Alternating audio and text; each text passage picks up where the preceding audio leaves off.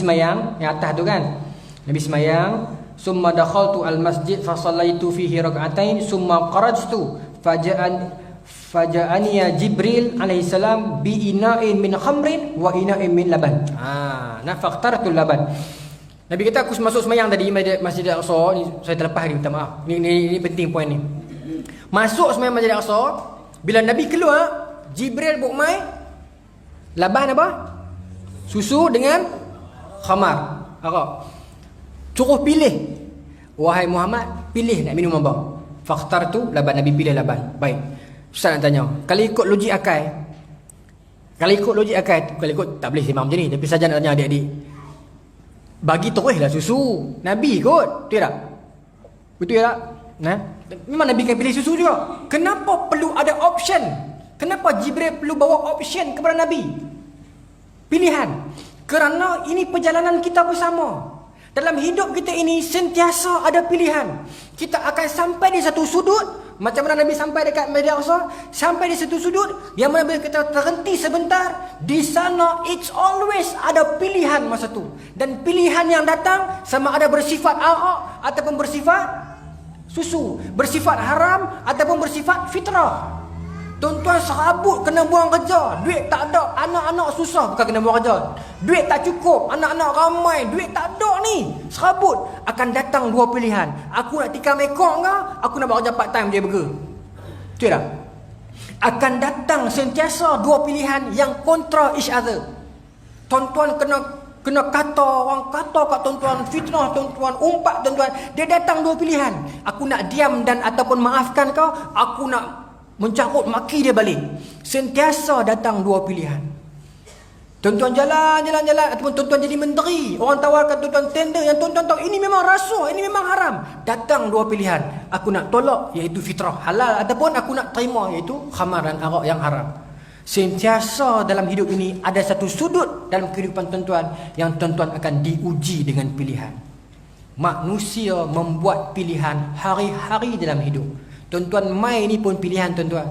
Tuan-tuan bangkit pagi, tuan-tuan nak pakai baju apa pun pilihan tuan-tuan, betul tak? Banyak pilihan yang kita lakukan dalam hidup, tetapi berapa pilihan saja yang kita ingat dalam kehidupan kita ni. No? Baik, Nabi turun. Proses tu panjang lagi lah, Nabi turun. Ustaz cerita secara detail dalam buku Cerita dari Langit, terbitan Kara Bestari, 212 muka surat. Tu saya tulis tahun 2015, masih ada di pasaran. No? Tapi saya tak bawa malam ni lah pasal stok tak ada. Tapi di Kara Bestari memang ada. No? Baik. Malam ni saya bawa satu buku yang lain, tak mau cerita lah, kena habis buku dahulu. Baik. Nabi turun sampai ke Mekah balik. Baik, Ustaz nak jawab cerita tadi tu. Ingat tak yang kita tinggal tadi, thesis statement tadi yang mula-mula benda apa? Persoalan yang Ustaz tinggal mula-mula tadi tu benda apa? Pasal apa pi? Ini asal okay, ingat RNR. Bagus, pick up kuat adik-adik ni. Pasal apa pi RNR? Bukan RNR bagan. Tuan-tuan kat saya. Ni RNR maksudnya sajalah buat RNR ialah singgah kan. Okay, baik. Ibu-ibu ayah-ayah, Nabi sampai di Mekah, Nabi termenung Ustaz. Terfikir, jadi tercengang Ustaz kan. Tahu tak siapa yang mendatangi Nabi? Dalam hadis sebut Abu Jahal kan. Dalam satu hadis sebut Abu Jahal yang mendatangi Nabi pagi itu. Dia orang the first man who come. Tengok Nabi duduk termenung, dia mai. Dari Muhammad duduk termenung cantik ada pi. Apa pengajarannya? Orang kapiak mengkek wai. Orang kapiak mengkek wai. Satu pengajarannya lah. Yang kedua dia mai kat Nabi, dia tengok okey Muhammad tengah termenung okey apa ni, dia tanya. Dialog ni saya buat dalam bahasa Melayu lah, tapi dalam hadis dialog ni lebih kurang ni au kama qal. Saya lapik au kama qal.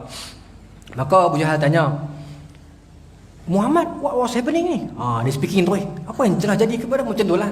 Pasal apa ni? Maka Nabi kata, Nabi baik. Bu'istu bijawami'il kalim. Nabi kata, aku diutuskan dengan kalimat yang jamek manik, yang ringkas, padat, yang straight to the point. Nabi bukan kitaman menyembunyikan. Maka bila Abu Jahal tanya, why? Muhammad, what was happening? Apa yang telah terjadi? Muhammad nampak lain macam begini ni. Maka Nabi kata, semalam aku pergi Palestin, Baitul Maqdis. Tuan-tuan, Abu Jahal dengar Nabi kata lagu tu, bawa keluar telefon dandan. Ni nak type kat Twitter ni. Muhammad dah merepek apa ni? Punya jauh Baitul Maqdis tu. Berapa bulan tu kan? You ready dah. Tapi cerdiknya Abu Jahal kata kapiak ni tuan-tuan. Bila mana dia berlembut, ada pasal. Orang kafir bila dia berlembut, ada pasal. Dia jadi lembut tu kan dia kata, ya kak, Baitul Maqdis no. Habis tu, habis tu naik pergi langit. Langit. Tu dia tuan-tuan, dia dengar naik langit cantik. Ini poin paling besar, viral tu Ini buah terendah tu Aku nak bagi buah ni, orang ikut Islam pun akan jadi goyang dengan Muhammad. Ni cerita naik langit tuan-tuan. Cerita pergi Baitul Maqdis. Bila pergi? Semalam. Balik mai pagi ni. Pagi ni sampai dah. Ya kak. Dia jadi begitu. Dia simpan. Lepas tu pergi mana lagi Muhammad? Lepas tu naik pergi langit. Naik langit lah. Lepas tu turun mai. Baik. Abu Jahal ni nampak? Orang kafir. Maka dia tanya macam elok. Muhammad, boleh tak kalau saya panggil orang Mekah semua mai? Muhammad cerita lagu ni, lagu cerita kat saya ni. Boleh tak? Rasulullah kata boleh, tak ada masalah. Pasal Nabi tak berdusta, Nabi tak tipu. Tapi Abu Jahal ada konspirasi dia. Dia ada perancangan dia. Dia tak cantik. Aku boleh pukul nyempuk orang ni. Tapi dia tak tahu. Saat lagi dia akan kena.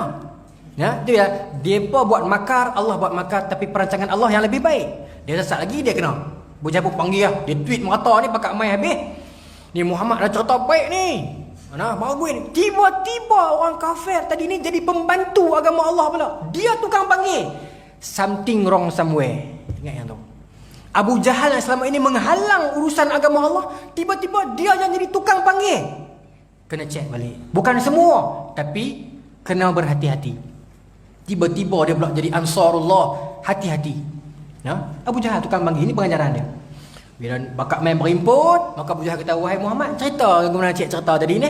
Cerita apa habis? Maka Nabi cerita. Bila Nabi cerita tuan-tuan, polemik ni panjang lah. Cerita ni panjang lah sampai orang tanya Abu Bakar and so on. Ustaz tak mungkin sampai tahu tu detail. Ustaz nak pergi cerita yang ni ya. Bila cerita macam tu, habaq kata pergi Baitul Maqdis, orang-orang Mekah ni dengar gelak tak kira tuan-tuan. Ambil bila? Semalam. Balik bila? Ni pagi ni. Tu dia kata naik rapid apa ni? Betul lah. Kan? Pakat gelak ni tuan-tuan. Tetapi dalam hadis ni, Ustaz nak tarik satu analisis. Bila saya baca ni ibu-ibu ayah, saya rasa macam tersentuh dah. Allahu Akbar, hebatnya Nabi. Kat mana? Orang pakat gelak ni, kemudian Abu Jahal kata, ada lagi, jangan gelak lagi. Ada punchline kedua. Abu Jahal kata, ni saya tambah. Muhammad sambungi Muhammad. Maka Nabi kata, aku naik langit. Tu dia lah, langit tu turun pagi ni. Tu dia pakat gelak, berguling satu dan guling ni. Allah Kasim tu Baik. Dalam hadis ni cerita, dalam riwayat ni cerita, dalam ramai yang duk gelak berguling tu, ada beberapa kerat yang tak gelak, yang sengak. Siapa dia? All those businessmen yang rajin keluar outstation, yang biasa pi Baitul Maqdis, yang biasa pi Palestin. Depa biasa pi. Orang yang keluar, minda dia terbuka, dia rajin keluar. Di Malaysia, di dunia Islam laku dah. Selalunya orang yang yang cepat marah, yang cepat melenting, yang cepat nak mengamuk emosi ni orang yang duduk dalam kampung, tak keluar mana. Tapi yang dia buka minda, dia rajin pergi mengembara, tengok sana, tengok sini, pergi mengaji, tambah knowledge, selalunya orang tu akan matang dan dia tidak cepat emosi. Dia akan mementingkan hujah berbanding emosi. Ini penting. Adik-adik ingat nanti nak jadi ulama kan. Hujah comes first. Jangan terbelenggu dengan emosi, jangan. Bahaya. Baik. Tengoklah, saya bagi contoh ni. Maka yang pandai tadi tu, yang cerdik ni, dia pun duk rajin pergi menjaga di Baitul Maqdis. Maka dia berkata, wait, nanti sah. Dia nak muhung, dia tak muhung tu cerita lain. Lah kita nak test dia based on hujah, akademik. Muhammad, awak pergi, tak pergi, berapa lama, itu bukan urusan kami. Tapi kalau betul awak pergi, apa yang awak tengok di Baitul Maqdis? Hadis adalah hadis yang lain dalam Sahih Muslim, riwayat orang lain. Tapi dalam Imam Muslim riwayat juga, Nabi kita masa tu, saya ambil daripada siapa? Dalam Sahih Muslim, riwayat daripada Qatadah kalau tak silap, tapi memang dalam Sahih Muslim. Hadis yang lain bukan dalam ni. Okey. Nabi kita masa tu aku terlupa. Aku tak ingat. Yalah tuan-tuan, Nabi orang lelaki. Orang lelaki ni tuan-tuan, kita pakai baju pamaring, kita ingat tak? Lupa. Tidak, hadis sebut. Nabi kata aku terlupa masa tu. Pastilah mana nak teringat tuan-tuan. Tetapi Tuhan datangkan Baitul Maqdis di depan mata Nabi. Hadis ni panjang, cerita pasal satu muka para Nabi. Nabi sebut, Nabi ni muka macam sahabat ni, Nabi ni muka macam sahabat ni, Nabi Ibrahim muka macam saya, Nabi kata. Tu hadis tu. Okay, tapi dalam hadis tu juga sebut tentang peristiwa Isra Mi'raj yang Baitul Maqdis didatangkan di depan Nabi sampai Nabi boleh sebut every single junction, setiap satu simpang, setiap satu lorong, setiap batang tiang di Baitul Maqdis, seolah-olah Nabi memang every day, memang commute dengan Baitul Maqdis, memang selalu pi. Pasal Nabi boleh sebut tiang ni ada kedai makan ni, lorong ni ada kawan ni, di ni ada kedai mamak buka bola, contohlah ni. Satu details Nabi ingat sampai orang yang dengar ni, yang orang yang tanya ni kata, apa dia kata? Ini bukan kalam orang yang membaca, ini bukan kalam orang yang dengar daripada orang lain, ini memang dia sampai sendiri tempat tu. Kalau tidak, dia tidak boleh cerita sedetail ini. Sebab kami tahu, kami duduk berniaga di sana, apa yang Muhammad cerita sebiji, sedetail situ. Maka apa jadi tuan-tuan? La ilaha illallah Muhammadur Rasulullah, maksud Islam ni. Yang Abu Jahal sangka dia boleh menang, akhirnya Tuhan buat kemenangan kepada yang hak, batil ditewaskan sekali lagi. Tuan-tuan, itulah peristiwa Isra dan Mi'raj. Kalau orang tanya kita, kenapa perlu bawa Baitul Maqdis? Sebab agar itu jadi hujah. Boleh Ustaz tak payah pergi Baitul Maqdis, pergi langit terus. Okey, kalau pergi langit terus apa jadi? Tak ada orang nak tanya. Tuan-tuan, bayang kalau pergi langit terus, tak pergi Baitul Maqdis, tiba-tiba orang tanya, okey Muhammad, kalau betul yang pergi langit, apa ada kat langit? Tuan-tuan, dan hadis Nabi sebut, daun-daun dia besar, telinga gajah. Pokok-pokok dia macam kolej, apa kendi kan. Tuan-tuan agak-agak yang gelak tadi tu, dia nak buat apa? Ambil pasang sapu muka tu, tu dia telinga gajah. Nampak? Pasal dia pun tak nampak. Sengaja Tuhan bagi Nabi sampai ke tempat yang orang boleh nampak, orang boleh nilai. Orang boleh nilai hujah kita, orang boleh cari dalil kita, orang boleh semak kita cakap betul ke salah. Itu tujuannya. Akademik dalam beragama itu kena ada. Orang boleh semak, dia ni cakap betul ke salah ni. Tapi jangan salah faham perkataan saya ni lah. Maksud percakapan kita itu orang boleh, hujah Nabi itu orang boleh nilai dia. Kalau kita kata ini ulama ni, macam mana kata dia ulama? Ni kitab ada tulis, ini kitab ada tulis. Wah, ada sandarannya. Dia ni ulama ni. Sebab kata dia ulama, dia boleh berjalan atas ayam. Problem. Betul tak? Minta maaf. Kalau boleh jalan lah. Tetapi kalau berjalan atas ayam itu ukuran ulama, itik lama dah jadi ulama. Minta maaf kasar. Minta maaf, saya sedih. Kita ukur ulama dengan yang tu. Kalau betul mencari adat, Tuhan bagi, yes, lesen.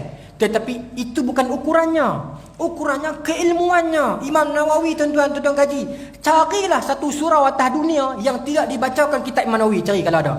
Tak ada. Even ceruk kampung, mesti ada juga kitab Imam Nawawi, kitab apa pun yang dibacakan di masjid dan surau. Hebat Allah Ta'ala angkat Imam Nawawi. Itu ulama. Wali Allah lah. Apalagi kan kehebatan dia tu. Ukuran begitu. Islam sekarang, umat Islam kena berbalik kepada benda-benda macam ni. Akademik, penulisan, penghujahan, benda-benda yang konkret. Bukan kita hanyut dengan benda-benda abstrak yang kita tak nafikan wujud, tetapi jangan sampai kita ligan hatu saja. Jadi kerana itulah Tuhan bawa pi Baitul Maqdis agar ada orang boleh soal, ada orang boleh cek. Betul tak? Muhammad kata ni, oh betul memang ada tiang kat sini, memang ada kedai kat sini. Kalau tak pergi Baitul Maqdis, terus naik langit, siapa nak cek? Betul ke tak betul? Daun macam dengan telinga gajah, tak ada siapa boleh cek. Maka dia akan ketawakan Nabi lagi. Islam menang dengan hujah, bukan dengan sentimen. Ingat ayat tu sebagai penutup. Islam tertegak dengan hujah, bukan tertegak dengan sentimen. Islam tertegak dengan hujah dan hidayah lah. Wallahu ta'ala a'lam.